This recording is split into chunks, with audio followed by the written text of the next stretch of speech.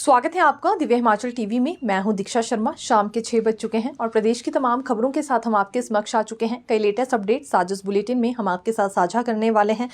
देखिए, खास तौर पर बड़ी बात करेंगे कैबिनेट के एजेंडास को लेकर अगले कल, क्योंकि मुख्यमंत्री सुखविंदर सिंह सुक्खू की अध्यक्षता में कैबिनेट बैठक होने जा रही है। किन महकमों को लेकर चर्चा होने जा रही है, कौन से बड़े फैसले संभावित हैं और फंसी भर्तियों को लेकर भी अगले कल चर्चा की संभावना है। किन पोस्ट कोड्स को लेकर ये जानकारी आप तक पहुंचाएंगे। यूपीएस के समर्थन में एक गुट आ गया है। दरअसल देखिए, यूं तो अन्य कर्मचारी संगठन इसका विरोध जता रहे हैं कि यूपीएस यहां पर लागू ना की जाए और ओपीएस बहाल हो चुकी है। कर्मचारियों के लिए इससे बड़ी राहत कोई नहीं हो सकती है। लेकिन एक कर्मचारी गुट ऐसा सामने आया है जिसने मंत्री विक्रमादित्य सिंह के बयान को सराहाया है और एक मशवरा भी अपनी ओर से दिया है। साथ ही कुछ नए दावे भी इस कर्मचारी संगठन की ओर से हुए हैं। ये कौन सा गुट है, जानकारी आप तक पहुंचाएंगे। देखिए, गले पर वार किया गया है एक बार्बर की ओर से। अब ये खतरे से खाली नहीं रहेगा कि आप किसी भी बार्बर के पास जाते हैं और बहस बसाई हो जाती है तो इस बीच इस तरह की घटनाएं भी सामने आ सकती है। ये शिमला का ही मामला है और कैसे दूसरे व्यक्ति के गले पर वार किया गया है एक बार्बर की ओर से, ये भी जानकारी हम आप तक पहुंचाने वाले हैं।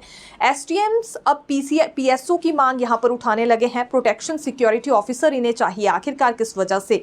अभी कुछ दिन पहले एक इंसिडेंट सामने आया है जिसके बाद एसडीएम्स की ओर से ये मांग रखी जा रही है।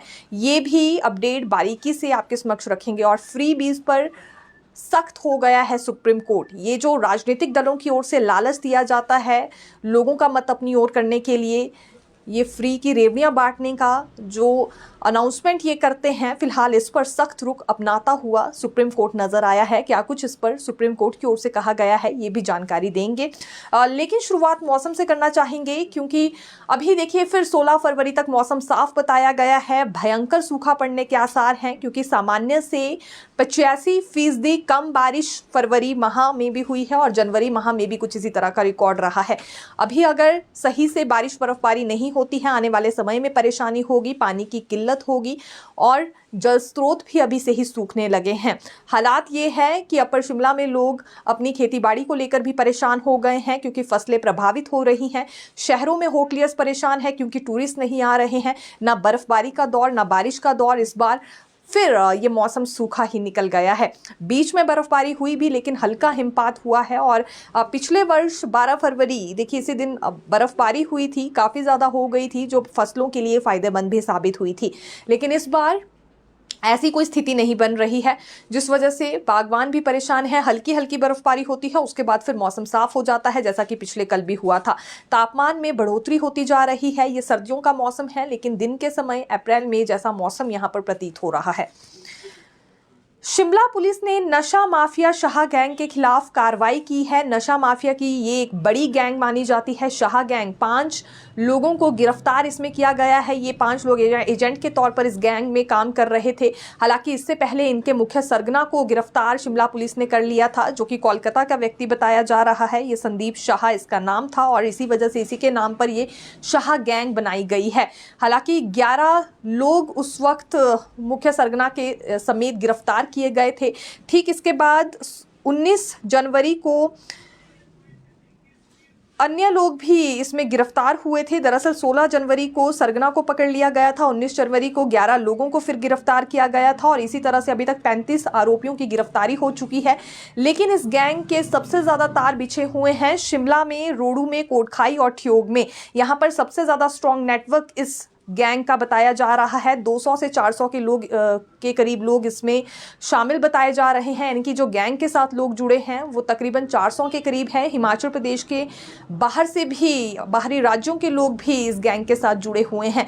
इसीलिए अभी ये अभियान और एक मुहिम यहाँ पुलिस की ओर से चलाई गई है कि जितनी भी ऐसी गैंग्स हैं उनका पर्दाफाश करना होगा। और 35 लोगों की गिरफ्तारी इस गैंग से जुड़े लोगों की भी हो चुकी है। 51 बैंक खाते भी फ्रीज किए गए हैं। बड़ी जानकारी और एक बड़ी कामयाबी हम कह सकते हैं शिमला पुलिस के हाथ लगी है, क्योंकि 5 अन्य लोगों को इसमें गिरफ्तार कर लिया गया है और ये सभी हिमाचल प्रदेश से ही संबंधित है, जिला शिमला से ही संबंधित है। इसमें एक शिमला सिटी के संजौली के पुनीत चौहान नामक व्यक्ति बताया जा रहा है जिसे गिरफ्तार किया गया है।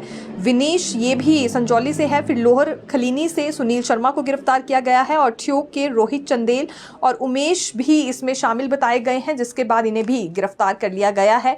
बाकी के अन्य सदस्यों का पता अभी चलाया जा रहा है कि गैंग में और कौन से लोग जुड़े हुए हैं। देखिए, शिमला में एक बड़ा इंसिडेंट सामने आया है। एक हेयर ड्रेसर ने दूसरे व्यक्ति का गला काट दिया। दरअसल कैथू का मामला है, जहां पर हेयर ड्रेसर अपनी भावनाओं पर काबू नहीं पा पाया। ये आपस में बहस गए थे किसी बात को लेकर। हालांकि दूसरा व्यक्ति हेयर कटिंग के लिए इसके पास नहीं गया था, ये अपने दोस्त से मिलने के लिए कैथू गया था और वहीं तारा हॉल के पास अपने दूसरे मित्र का इंतज़ार कर रहा था। और जब मित्र नहीं आया तो ये कैथू की ओर बढ़ा। वहाँ पर एक हेयर ड्रेसर के साथ किसी बात को लेकर बहस बसाई हो गई और इतना ज़्यादा हेयर ड्रेसर एग्रेसिव हो गया कि उसने तेज़ हथियार से हमला इस व्यक्ति पर कर दिया, इसका गला काट दिया। ये व्यक्ति पूरी तरह से लहूलुहान हो गया था और जैसे ही दूसरे व्यक्ति के घर वालों को सूचना दी गई तो परिवारजन वहां पहुंचे। बहुत मुश्किल से अस्पताल तक लेकर गए क्योंकि व्यक्ति बहुत गरीब घर का बताया जा रहा है। पीड़ित युवक की मां ने ये जानकारी दी है कि जैसे ही उन्हें इस बात की जानकारी मिली तो वहां पहुंची और देखा कि लहूलुहान हालत में बेटा था। अस्पताल जब लेकर गए तो आईजीएमसी अस्पताल में ये स्पष्ट कर दिया गया कि तुरंत इनके तत्काल प्रभाव से ऑपरेशन इनके बेटे का करना होगा। इनके पास इतने पैसे नहीं थे कि उस वक्त दे सके, ना ही कोई हेल्थ कार्ड था, लेकिन जैसे तैसे करके पैसे जुटाए गए और ऑपरेशन शुरू किया गया। इसलिए सख्त से सख्त कार्रवाई इस बार्बर पर होनी चाहिए। अभी गिरफ्तार इस बार्बर को कर लिया गया है, इससे पूछताछ भी हो रही है, लेकिन इस तरह का एग्रेशन या इस तरह का रोष दिखाना कहाँ तक उचित है, वो भी एक बहस बसाई के बाद। तो ये एक बड़ा मामला कहना चाहेंगे जो कि शिमला के कैथू क्षेत्र में ही सामने आया है और जिस व्यक्ति पर हमला किया गया उसका नाम अक्षय बताया जा रहा है। ये अपने दोस्त से मिलने पहले तारा हॉल गया था, लेकिन जब दोस्त नहीं आया तो तारा हॉल से थोड़ा आगे बढ़ा, जहाँ पर ये इंसिडेंट इसके साथ पेश आया है। चलती बस के टायर खुल गए। ये रामपुर से आने की ओर एचआरटीसी बस जा रही थी कि बीच रास्ते में ही चलती बस के दोनों टायर खुल गए। एचआरटीसी बस आधी लुढ़क गई। इसी बीच जो यात्री सवार थे उनकी सांस अटक गई, उन्हें लगा न जाने अब क्या होने वाला है और दोनों टायर दौड़ते हुए जब सड़क की अगली तरफ को गए तो आगे से बाइक पर सवार दंपति आ रहे थे, जिनकी बाइक के साथ ये टायर टकरा गया और वहां भी दुर्घटना होते होते बच गई।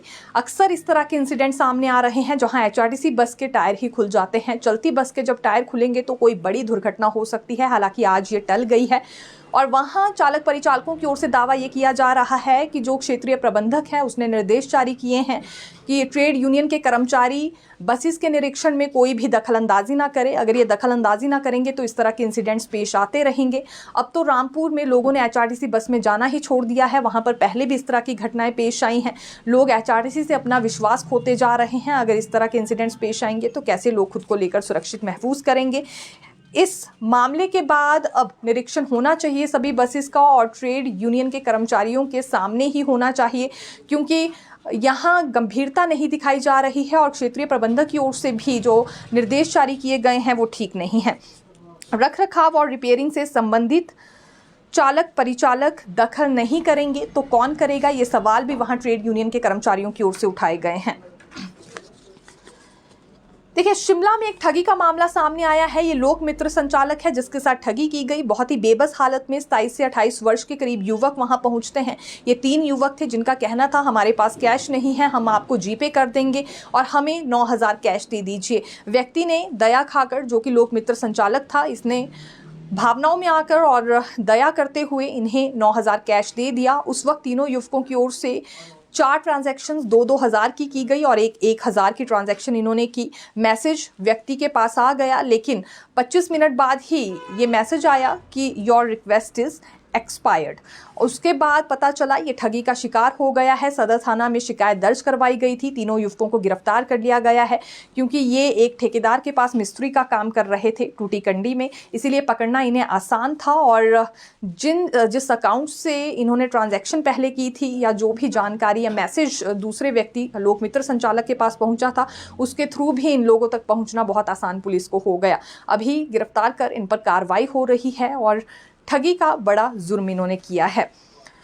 करुणामूलक भर्ती पर अब आंदोलन होगा, ये संकेत करुणामूलकों की ओर से दिए जा रहे हैं। इनका कहना है, कहा तो सुक्खू सरकार ने 6 महीने के भीतर नौकरियां देने का वादा किया था, लेकिन अब सुक्खू सरकार भूल गई है और इनकी किसी भी मांग पर गौर नहीं हो रहा है। 7/3/2019 की पॉलिसी में संशोधन किया जाए, सालाना आय की शर्त को हटा दिया जाए और वित्त विभाग की ओर से जो नोटिफिकेशन जारी की गई थी 2022 में कि जितने भी रिजेक्ट केसेस हैं उन्हें दोबारा से कंसिडर ना किया जाए, इस नोटिफिकेशन को भी रद्द किया जाए। इस मांग के साथ इन्होंने आज फिर कॉन्फ्रेंस मंडी में बुलाई थी और ये बारी बारी से हर डिस्ट्रिक्ट में जाकर प्रेस वार्ता कर रहे हैं, आंदोलन की चेतावनी दे रहे हैं। जैसे ही सभी जिलों में जाकर कॉन्फ्रेंस कर चुकेंगे या एक तरह से सभी जिले इनके निपट जाएंगे कॉन्फ्रेंस करने के बाद, तो फिर ये आंदोलन की ओर बढ़ सकते हैं। ये संकेत इनकी ओर से दिए जा रहे हैं और इसके लिए करुणामूलकों की ओर से रूपरेखा भी तैयार की जा रही है। छुट्टियों का शेड्यूल कब बदलेगा, तो देखिए शिक्षा मंत्री रोहित ठाकुर विदेश से लौटते ही इस बारे में फाइनल मीटिंग कर सकते हैं और ये नोटिफिकेशन जारी होगी। 2 कैटेगरीज डिवाइड की गई हैं, एक फिक्स्ड है, दूसरी फ्लेक्सिबल है। फिक्स्ड छुट्टियां 42 दिन की रहेंगी, उसके अलावा 12 से 15 दिन की छुट्टियों का अधिकार डेप्यूटी कमिश्नर्स को दिया जाएगा। लेकिन शिक्षक संगठन इसके विरोध में है कि जिला उपायुक्त को ये अधिकार न देते हुए स्कूल प्रशासन को ही दिया जाए। स्कूल प्रशासन बेहतर ढंग से ये समझता है कि बच्चों को कब छुट्टियां देने की आवश्यकता है, कब नहीं है। डेप्यूटी कमिश्नर एक फैसले में सभी स्कूलों को अपने दायरे में लाने की कोशिश करेगा, लेकिन ये सभी स्कूलों के लिए डिफ़िकल्टी रहने वाली है।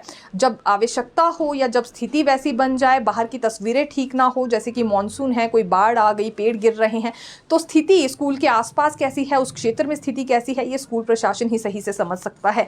हालांकि फीडबैक ज़रूर ली गई है और शिक्षा मंत्री ने ये भी कहा था इन सभी फीडबैक्स पर बिल्कुल वो चर्चा करने वाले हैं। जो भी सही होगा उसी के आधार पर यहाँ फैसला लिया जाएगा।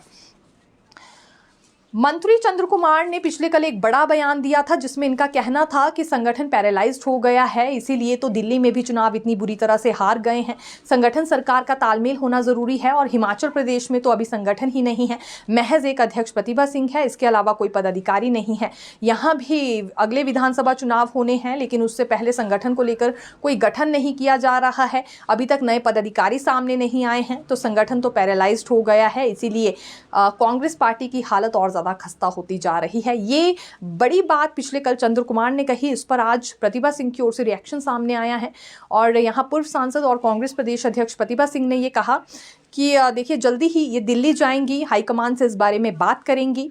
इतना ही नहीं, इसके अतिरिक्त ये सीएम सुक्खू से भी मिलने वाली हैं कि जल्द से जल्द संगठन यहाँ बनाया जाए, यानी कि नए सिरे से संगठन का गठन हो और संभावना जिन पदाधिकारियों की है या जिन चेहरों को लेकर ये संभावना जताई जा रही है कि इन्हें बड़ी कमान एक पदाधिकारी के तौर पर सौंपी जाएगी, जल्द से जल्द उनकी भी एक लिस्ट तैयार होगी, हाईकमान को भेजी जाएगी और अगले कुछ दिनों में ही यहाँ नया संगठन तैयार होने वाला है, जिसके बाद संगठन और सरकार में पूरा तालमेल दिखने वाला है और चुनावों के लिए भी उस संगठन की ओर से बेहतरीन काम किया जाएगा, क्योंकि इस बार ऐसे पदाधिकारियों को मौका दिया जाएगा या ऐसे चेहरों को पदाधिकारी बनने के लिए मौका दिया जाएगा जो धरातल पर उतर कर काम करते हैं। ये दावा इनकी ओर से हुआ है। अभी दिल्ली में विधानसभा चुनाव थे, इस वजह से संगठन नहीं बन पाया, इसीलिए देरी हुई है, ये भी प्रतिभा सिंह की ओर से आज दावा किया गया है।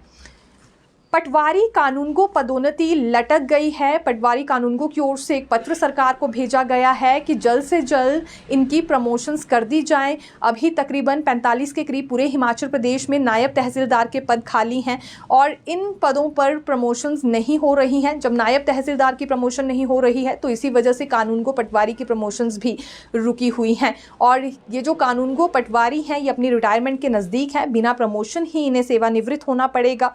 तो कुछ केसेस में ये भी है कि देखिए यहाँ दोबारा से सेवानिवृत्त हुए कर्मचारी अधिकारियों को ही मौका दिया जा रहा है, जिस वजह से पूरा ट्रांसफ़र सर्कल प्रभावित हो रहा है। ये अपनी बारी का इंतज़ार करते हैं, लेकिन रिटायर्ड अधिकारी को फिर उसकी कुर्सी पर बिठा दिया जाता है। ये जो पुनः नियुक्तियां दी जा रही हैं, रीएम्प्लॉयमेंट दी जा रही है, ये ठीक नहीं है। इससे इनका पूरा ट्रांसफ़र सर्कल प्रभावित हो गया है। कानूनगो पटवारी की ट्रांसफर्स नहीं हो रही, माफ़ी चाहेंगे, प्रमोशन नहीं हो रही है और नायब तहसीलदार के पद भी खाली पड़े हैं और नायब तहसीलदार को लेकर भी यहाँ प्रमोशंस नहीं हो रही हैं, यानी कि इस पद पर भी, नायब तहसीलदार के पद पर भी प्रमोशंस नहीं की जा रही हैं, जिस वजह से पूरा विभाग सफ़र कर रहा है। छोटे से लेकर बड़ी पोस्ट फिर सफ़र करती है जब एक भी पद पर यहाँ प्रमोशंस रुक जाए। कांगड़ा, शिमला और मंडी में हालात बहुत ज़्यादा बदतर हो चुके हैं। यहाँ पर सबसे ज़्यादा पद खाली भी हैं और सबसे ज़्यादा पदों पर प्रमोशंस रुकी हुई हैं। इसलिए जल्द से जल्द ये व्यवस्था इनके लिए कर दी जाए और प्रमोशंस होनी चाहिए। ये कैबिनेट बैठक और बजट में इनके लिए प्रावधान होना चाहिए, इनके पदों को लेकर, प्रमोशंस को लेकर। और बार बार स्थिति इस तरह की बनती है कि प्रमोशंस का सिलसिला रुक जाता है या रीएम्प्लॉयमेंट दे दी जाती है, या किसी एक कैटेगरी, अब जैसे नायब तहसीलदार के पद पर प्रमोशंस नहीं हो रही है, इसलिए कानून को पटवारी भी आगे नहीं बन पा रहे हैं। तो ये प्रमोशंस इसीलिए हर कैटेगरी की रुकी हुई है, क्योंकि एक कैटेगरी की जब प्रमोशन रुकती है तो पिछली कैटेगरीज भी प्रभावित हो जाती हैं। अभी मांग इनकी ओर से रखी गई है, हालांकि देखना होगा इस पूरे मामले में सरकार की ओर से कितनी जल्दी फैसला लिया जाता है। देखिए, यूनिफाइड पेंशन स्कीम को हिमाचल प्रदेश में लागू किया जा सकता है, ऐसी संभावनाओं पर एक कर्मचारी संगठन की ओर से दावा किया गया है। ये विनोद कुमार गुट है, प्रदेश कर्मचारी महासंघ विनोद गुट की ओर से दावा हो रहा है कि इन्होंने पहले भी दिसंबर 2022 में सरकार को पत्र लिखा था कि वो ओपीएस बहाल ना करें, क्योंकि ओपीएस बहाल करने के बाद वित्तीय स्थिति हिमाचल प्रदेश की और कमज़ोर हो जाएगी। इतना ही नहीं, कर्मचारियों को सफ़र करना पड़ेगा और केंद्र सरकार से अलग चलना भी ठीक नहीं है। केंद्र सरकार और उसके नियमों से अलग चलने पर प्रदेश की स्थिति और ज़्यादा बदतर हो जाएगी। ये दावे इनकी ओर से हुए थे, लेकिन सरकार ने नहीं सुनी। ये एक बड़ी वजह रही है कि अभी यहाँ वित्तीय प्रतिबंध कई तरह के लगा दिए गए हैं और जिस वजह से वित्तीय संकट भी उभरे हैं। अब देखिए, इनकी ओर से ये माना जा रहा है कि जो वित्तीय बंदिशें लगाई गई हैं, ये कहीं ना कहीं ओपीएस लागू करने के बाद ही लगी हैं। अगर पहले से ही ओपीएस लागू नहीं की गई होती और एनपीएस ही यहाँ पर लागू रखी जाती तो इस तरह की स्थिति नहीं आनी थी। ये अब यूपीएस का समर्थन करते हुए नज़र आ रहे हैं। हाल ही में मंत्री विक्रमादित्य सिंह की ओर से एक स्टेटमेंट दी गई थी, जिसमें उनका कहना था कि हर तरह की संभावनाएं तलाशेगी सरकार और जो सबसे ज़्यादा बेनिफिशियल स्कीम होगी सरकार कर्मचारी और प्रदेश के हर वर्ग के लिए, उसे ही यहाँ पर लागू किया जाएगा। इसे भी ये सराहते हुए नज़र आ रहे हैं कि बिल्कुल यूपीएस को लागू किया जा सकता है, क्योंकि पहले इन्होंने जो पत्र जारी किया था उसमें इनका ये भी कहना था कि अगर एनपीएस बंद करनी भी है तो कोई और विकल्प यहाँ पर मिनिमम पेंशन का देखा जाए, लेकिन पूरी तरह से एनपीएस बंद नहीं होनी चाहिए। जिन राज्यों में यहाँ 1972 नियम लागू भी किया गया है और प्रशासनिक आदेश जारी भी हुए हैं 1972 नियम लागू करने के लिए, वहाँ पर भी एनपीएस को पूरी तरह से बंद नहीं किया गया है।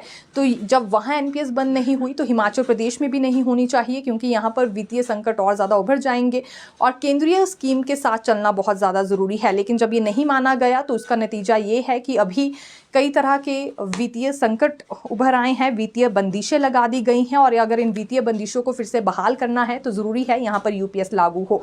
ये मत इन्होंने अपनी ओर से रखा है। हालांकि बाकी कर्मचारी संगठन इसे किस तरह से देखते हैं, ये देखना फिलहाल रोचक रहने वाला है।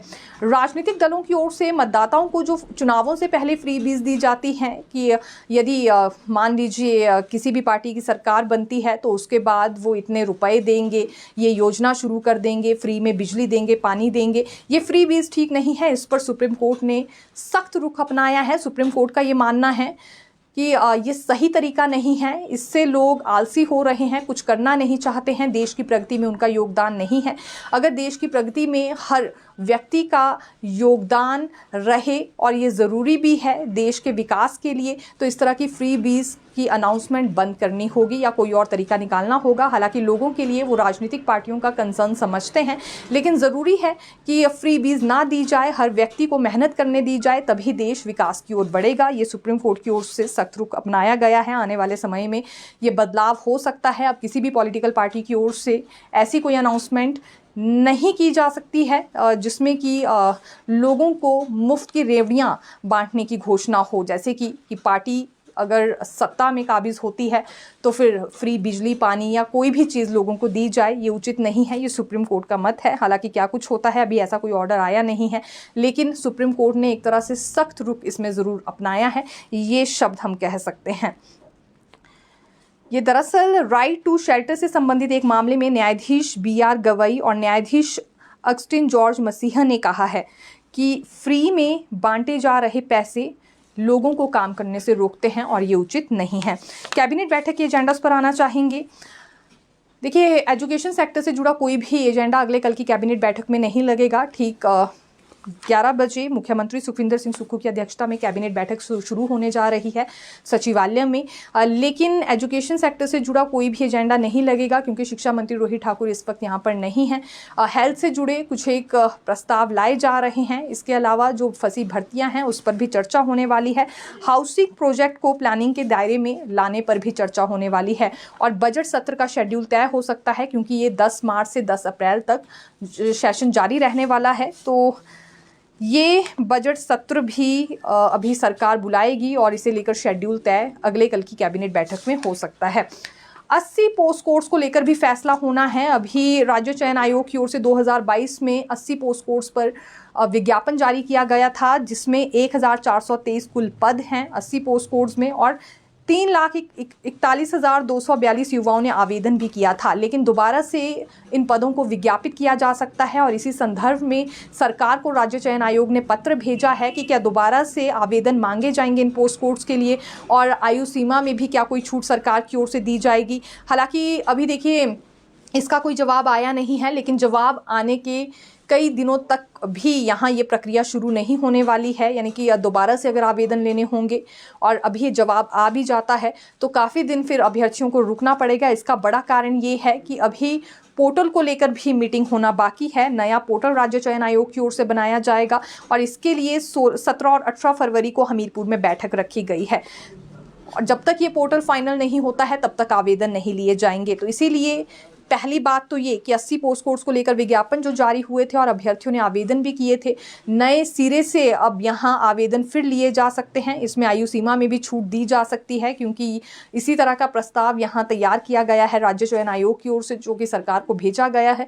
और तीसरी सबसे बड़ी बात ये कि सरकार ने अभी तक जवाब दिया नहीं और जब जवाब देगी भी तो काफ़ी समय प्रक्रिया शुरू करने में लग जाएगा। 17 और 18 फरवरी को हमीरपुर में बैठक है। अगले कल सोलन में शिक्षित बेरोजगार संघ की ओर से प्रदर्शन किया जाएगा। आउटसोर्स पर भर्तियां हो रही हैं और ये आउटसोर्स भर्तियों को सहन नहीं करेंगे। एनटीटी भर्ती, टीजीटी, जेबीटी और नर्सिंग भर्ती ये सभी आउटसोर्स आधार पर हो रही हैं। ये युवाओं के साथ खिलवाड़ है जो कि दिन रात कमीशन क्वालिफाई करने के लिए मेहनत कर रहे हैं। तो इसीलिए ये सोलन में ओल्ड बस स्टैंड में मशरूम चौक तक रैली निकालने वाले हैं और सरकार की इस नीति का विरोध करेंगे। ये जो आउटसोर्स आधार पर भर्तियां हैं ये सही नहीं है, नियमित तौर पर भर्तियां होनी चाहिए, ये शिक्षित बेरोजगार संघ की ओर से कहा गया है। देखिए, नेशनल अवॉर्डी टीचर्स के लिए एक राहत भरी खबर है और स्टेट अवॉर्डी टीचर्स को लेकर भी यहाँ गाइडलाइन जारी की गई है सरकार की ओर से। जो नेशनल अवॉर्डी टीचर्स हैं उन्हें रिटायरमेंट के बाद 2 साल का एक्सटेंशन दिया जा सकता है और स्टेट अवॉर्डी टीचर्स को भी 1 साल तक का एक्सटेंशन मिलेगा सर्विस के बाद, यानी कि रिटायरमेंट के बाद। लेकिन जब रिटायरमेंट के लिए 6 महीने की अवधि रहेगी तो उस वक्त इन्हें अप्लाई करना होगा, तभी इस लाभ को ये उठा सकते हैं। और दूसरी बड़ी बात, national state awardee teachers shall have to exercise this option 6 months prior to their. जैसा कि हमने कहा कि रिटायरमेंट से 6 महीने पहले इन्हें इसके लिए अप्लाई करना होगा, उसके बाद ही ये सुविधा मिल सकती है। लेकिन यहाँ अवॉर्डी टीचर्स ने ये उम्मीद नहीं की होगी कि देखिए बिन मांगे ही उन्हें सर्विस में एक्सटेंशन मिल जाएगा। हालांकि ऑप्शन है, अगर टीचर्स लेना चाहते हैं तो ले सकते हैं और अगर कोई रिटायरमेंट पीरियड ही अपना एंजॉय करना चाहता है तो ज़रूरी नहीं है उसे ये एक्सटेंशन लेना है। इसीलिए अप्लाई करने के लिए भी इसमें कहा गया है। देखिए, एसडीएम्स की ओर से अब यहाँ प्रोटेक्शन सिक्योरिटी ऑफिसर की मांग उठाई गई है। हाल ही में मंडी में एक इंसिडेंट सामने आया जहाँ नशा तस्कर ने एसडीएम की बहुत बुरी तरह से पिटाई की। तो एसडीएम कैसे अपनी सर्विस पूरी करेंगे, निडर होकर कैसे ऐसे लोगों का सामना करेंगे जो उन पर हमला कर रहे हैं। और ख़ास तौर पर ये सबसे बड़ी समस्या उन लोगों में देखी जा रही है जो कि चिट्टा लेते हैं। देखिए, एक तरह से भूल जाते हैं कि वो एक इंसान है और चिट्टा लेने के लिए, भागने के लिए, खुद को बचाने के लिए किसी भी तरह का कदम उठा रहे हैं। ऐसा ही मंडी में भी हुआ। एसडीएम से बचने के लिए या वहाँ से भागने के लिए इसने जानलेवा हमला ही ऑफिसर पर कर दिया। अब एसडीएम्स का कहना है अगर ये अपनी सर्विस अच्छे से देना चाहें तो मुश्किल हो रहा है, इसीलिए ज़रूरी है कि इनकी सिक्योरिटी के लिए भी इनके पास कोई व्यक्ति हो। प्रोटेक्शन सिक्योरिटी ऑफिसर यानी कि पीएसओ की मांग इनकी ओर से उठाई गई है। तो फिर मिलेंगे नई खबर के साथ। देखते रहिए दिव्य हिमाचल टीवी। धन्यवाद।